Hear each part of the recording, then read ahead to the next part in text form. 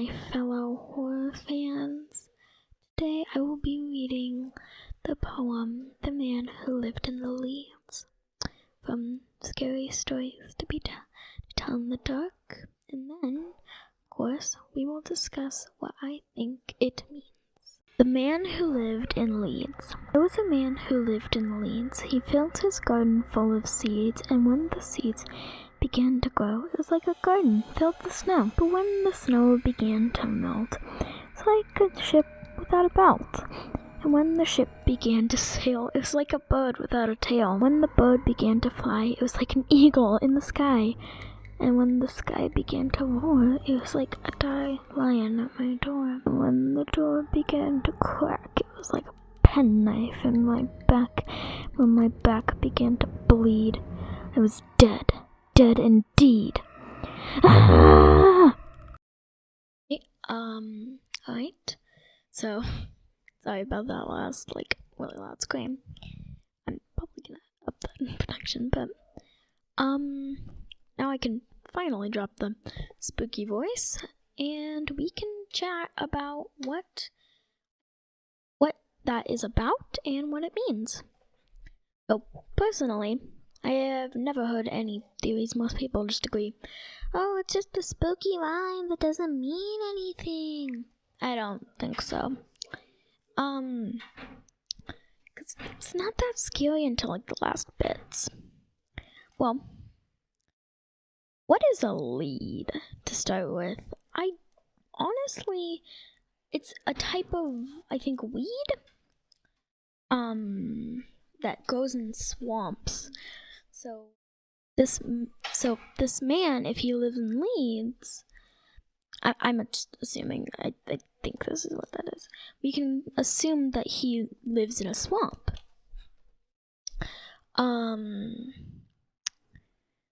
But what about all these, and then the pen, it was like this, and but it is that?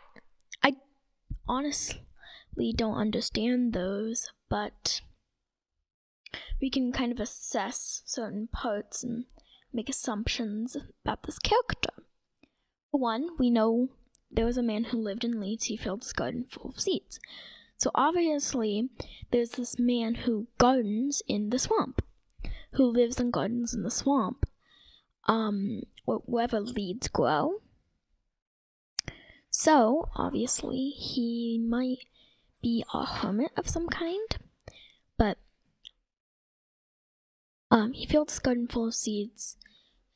I think it was when the seeds began to grow, it was like a garden filled with snow. Obviously, the seeds covered the whole garden bed. That's why it's like a garden filled with snow. But when the snow began to melt, so maybe transitioning from winter to spring, it was like a ship without a belt. Now, do I know what a ship belt is? No, I do not know anything about ships. But what I'm assuming, based on the next line, is that a ship belt is something that it needs to be complete. Because the next line is, when the ship began to sail, it was like a bird without a tail. Now, I think, most likely, a bird probably needs its tail to fly, or basically just to do anything, although there are birds without tails, but if this bird ever had a tail, it probably needed the tail. That, or I'm thinking about this wrong, and a ship belt doesn't mean anything, or need it. A ship doesn't need a belt, like a bird doesn't need a tail, because of the next line. When the bird began to fly, it was like an eagle in the sky. Obviously, this means that it was a very good flying bird, because eagles are seen as very good flying birds, which is nice, I guess. An eagle in the sky. It's like an eagle in the sky, and I'm gonna pull up the tab real quick so I can check the next line.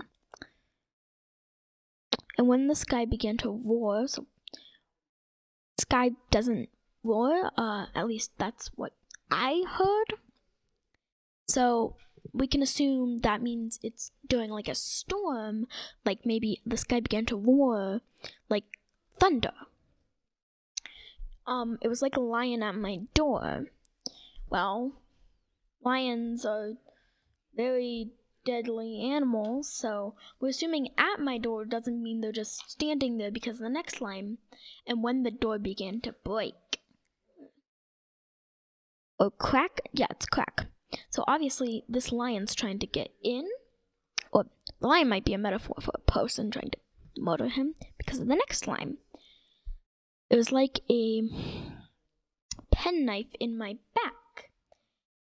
So we're assuming that the lion isn't a literal lion, but it might be someone coming to him. Because a lion doesn't carry a penknife. I actually don't know what a penknife is, but I'm assuming it's like a pocket knife. And when my back began to bleed, makes us seem like this is a literal backstabbing and not a figurative one. And obviously it ends with him declaring that he has passed away and is dead indeed.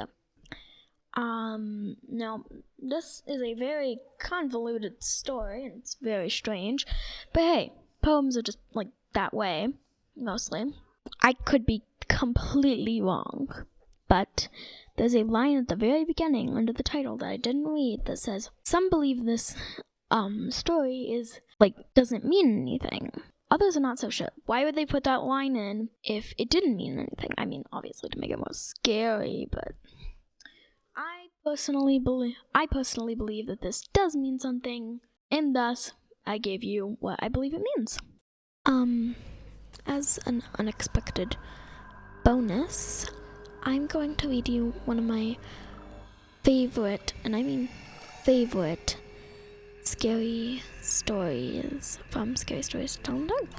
Let me just get it.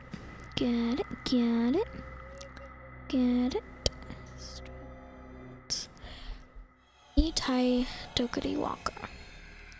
And no, I'm not putting my own spin on any of these. These are just direct readings and conversation afterwards, which is fun.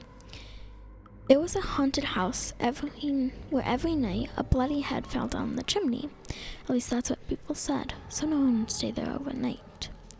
Then a rich man offered $200 to whoever would do it. And this boy said he would try if he could have his dog with him. So it was all settled. The very next night, the boy went to the house with his dog.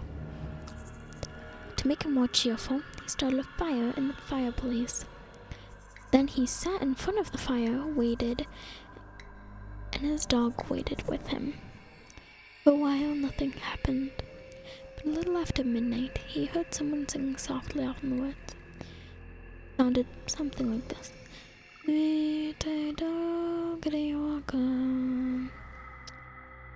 It's just somebody singing, the boy told himself, but he was frightened. And then his dog answered the song. Softly and sadly it sang, "Then chicken, ollie, dingo, dingo." The boy could not believe his ears. His dog had never uttered a word before. Then a few minutes later, he heard the same singing again. Now it was closer and louder, but the words were the same. This time the boy tried to stop his dog from answering. He was afraid that whoever was singing would hear it and come for them. But his dog paid no attention, and again it sang, "Then chicken, chikali, molly, dingo, dingo." Half hour later, the boy heard the singing again. Now it was in the backyard, and the song was the same. Again, the boy tried to keep his dog quiet, but the dog sang out louder than ever. Then chicken, chikali, molly, dingo, dingo. Soon the boy heard the singing again. Now it was coming down the chimney. The dog sang right back. Then chicken, chikali, molly, dingo, dingo. Suddenly, a bloody head, fell out of the chimney, and it missed the fire and landed right next to the dog. The dog took one look at it and keeled over, dead from fright. The head turned to the boy, and slowly it opened its mouth, and nobody heard that, because that was a scream. Now you might be asking, but why? Why, Addie, is this your favorite story? Well, for one, it was one of the first stories I liked. It's actually not, but I'd rather not read my favorite story out loud, as it's the one about the it's the one with bigger in it, and I couldn't find it in the PDF I'm reading these from. But it was one of my favorites because I liked how me Taito Kariwaka sounded. That's pretty much why it was my favorite. But I also was utterly terrified by this story, because I like going to my grandmother's house, and my grandmother's house had, I was convinced that this would happen at my grandma's house, and I'm pretty embarrassed, but so it really scared me, and I always loved the story. I thought it was a good story. Yeah. Another thing I would like to say is that when I was younger, I would always read it as a girl and her dog, and not a boy as her dog and his dog, because I didn't like the fact that the story was about a boy. I would always correct, quote unquote correct, all the stories and sometimes even my math assignments to use she/her pronouns and be about girls. Because I didn't like that they were mostly about boys. But I would do the same thing with that story. And my dad would always, I would always pitch a fit if my dad didn't quote unquote correct the story when he was reading it to me. Yeah, but yeah, that is why it's one of my favorite stories. I have a lot of good memories that relate to that story. Yeah, bye. Thank you for listening to this lovely, scary story podcast. I was really proud of it, so I hope you had fun listening and maybe chatting along with my lovely retellings and readings and conversation. Bye. Oh, credit to, I forgot. Okay. I found the music in this is Scary Forest on, I think it's called Pixabay. I don't actually remember who made it, but that is what the audio in this is. That's what the music in this is. This was made with Audacity. Goodbye.